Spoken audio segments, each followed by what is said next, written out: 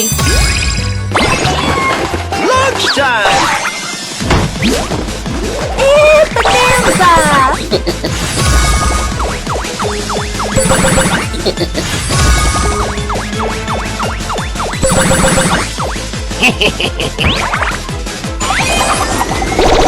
Let's go! Epic win! Jackpot Master. Play now. How we were loved or unloved between the ages of 0 to 5 impact the next 15, 25, 50 years of our life. Wow. And how we give love to ourselves and how we give love to others. And so I was thinking, do you have a core memory or an experience with your family from childhood that kind of embodies the feeling you have about them now, or that keeps you tied close to them? I'd say sort of more than a memory is just a feeling that I could say all of my brothers and I had, was that because our dad's a comedian, his job only ever existed once we had gone to bed, and our mum worked from home. She was a photographer. So to us as kids, our parents didn't really work. They just were always home. So we had this amazing foundation where no matter any time of the day, either mum or dad would be at the house. And we felt so kind of solid as a family, which is why I kind of have this dream of one day having kids and putting my work to bed and just kind of being there as a dad. Because I really admire how my dad was around. You know, being a comedian is a very, very volatile job. The highs and lows are so extreme. And as kids, we never saw that. The only version of my dad I ever saw was the happy dad, let's go to the park. We used to play this game called Golf Goals, where we would go down to the park. There's like this big blue metal goal, and we would just fire golf balls into that goal every day. And he would give us 10p every time a ball went in the goal. And that was kind of the foundation of our golf and all that sort of stuff. So for me, broader than a core memory was the idea of always feeling connected and safe within my family unit. And I think a large portion of that is that my mum and dad have always been such a solid team, and they've always been there for us. Yeah, wow. Have they, as you've grown older, have they kind of opened up about some of the challenges that they were going through that they obviously didn't show you and your family when you were kids? Because I can imagine, we always talk about this, right? Like being a comedian is extremely difficult because you're making everyone else laugh. At the same time, it's a career path that, like you said, is completely volatile. Sure. Have they opened up as time's gone on? And how has that felt when you've gone from like seeing your parents always being happy to being like, oh wait, there was all this other stuff going on? Absolutely they have. And it's not even sometimes things that they've told us. It's just things that we've grown up to recognise. As a young kid, you know, you're not looking to how's my mum feeling, how's my dad feeling. And now as an older person, you know, those are things I care about. I want to call my mum because I know it will brighten her day. So that's all part of growing up, I guess. So seeing the way in which my dad's job affects him or my dad's job affects my mum is something we've all sort of come to terms with, and he's amazing at it. I mean, to be honest, I say affect, it doesn't really affect anyone. He's so good at handling it, which is a lot of why I feel like I am the way I am. For example, The Crowded Room's come out, the critics absolutely hated it. They thought it was the worst thing they've ever seen, and it doesn't really upset me.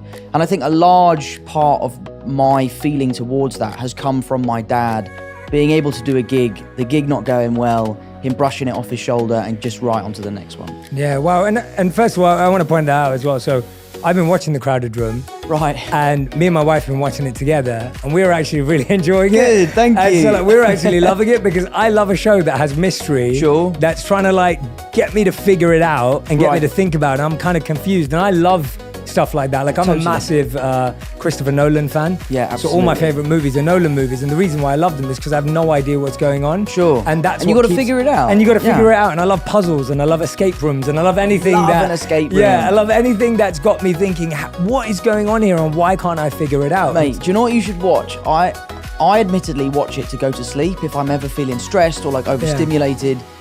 I watch this guy called Chris Ramsey. He's like a YouTube guy. He's a magician, but I just watch him solve puzzles.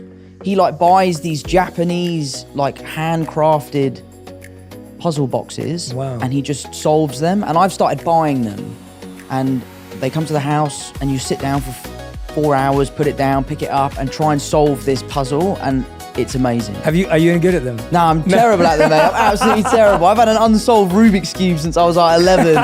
But yeah, so I watch his videos because there's just something about like the sound of the wood.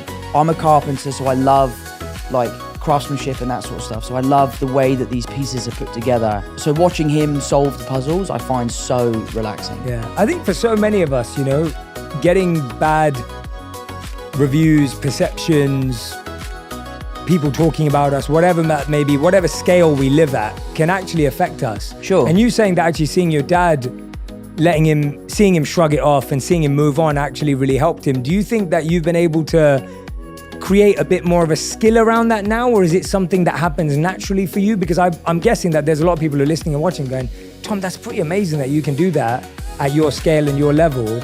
But, you know, I'm still affected by that. Or I really struggle when my mate says something. Like, I know the number one thing I hear is like, most people don't chase their dreams because they're scared of what their mates will say, let alone what the world will say. Yeah, like I had this I was flying back last night, as I was telling you. So I was on a plane from DC to London last night.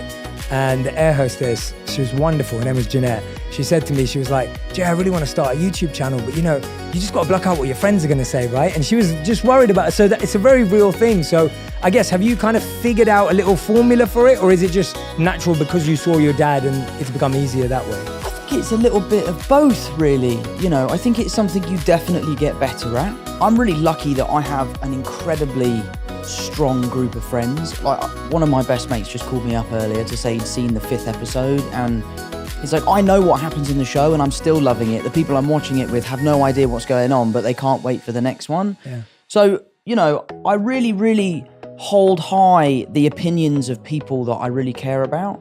I'm also really lucky to have an amazing group of fans who are so supportive. They are diehard, they are there day one, and that makes me feel really good. But I do think a lot of my lessons in life have come from my dad and the ways that he can deal with things that he hasn't done very well in the past, that he's passed on to me. And I live by this really.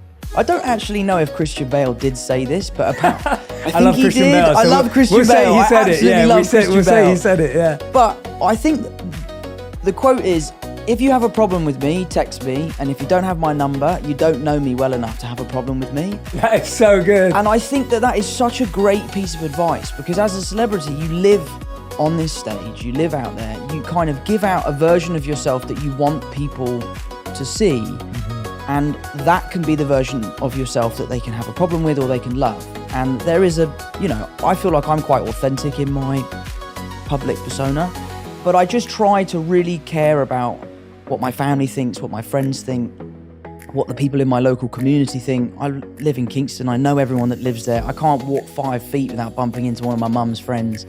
So it's something I've been working on. I try my best to not let that stuff affect me. It does. Yeah, of course. I'm not cold-hearted or anything like that. It does affect me, but I just try to move on and focus on the positives. Yeah, absolutely, absolutely. What was did you ever see your dad deal with everything and you thought, wow, that was incredible? Like, was there anything specific that you remember that, like, seeing him like tackle something and you thought, wow, that really impressed me, even if it was something really small in hindsight? I think the thing I admire most about my dad is his resilience. You know, he's someone who has had an incredibly successful career in his earlier life, and then later in life his career sort of plateaued and he struggled, and he's never stopped. He's never given up. He's still gigging to this day. He's still writing books. He has a Patreon. He has a podcast. He's constantly grafting to get to where he wants to be. And I think being a young kid and seeing your dad continually working as hard as he can to kind of put his best foot forward, for me, has been a huge drive for my work ethic. I'll give it 100% or I'll give it nothing. And I think a lot of that has come from my dad and seeing him deal with that.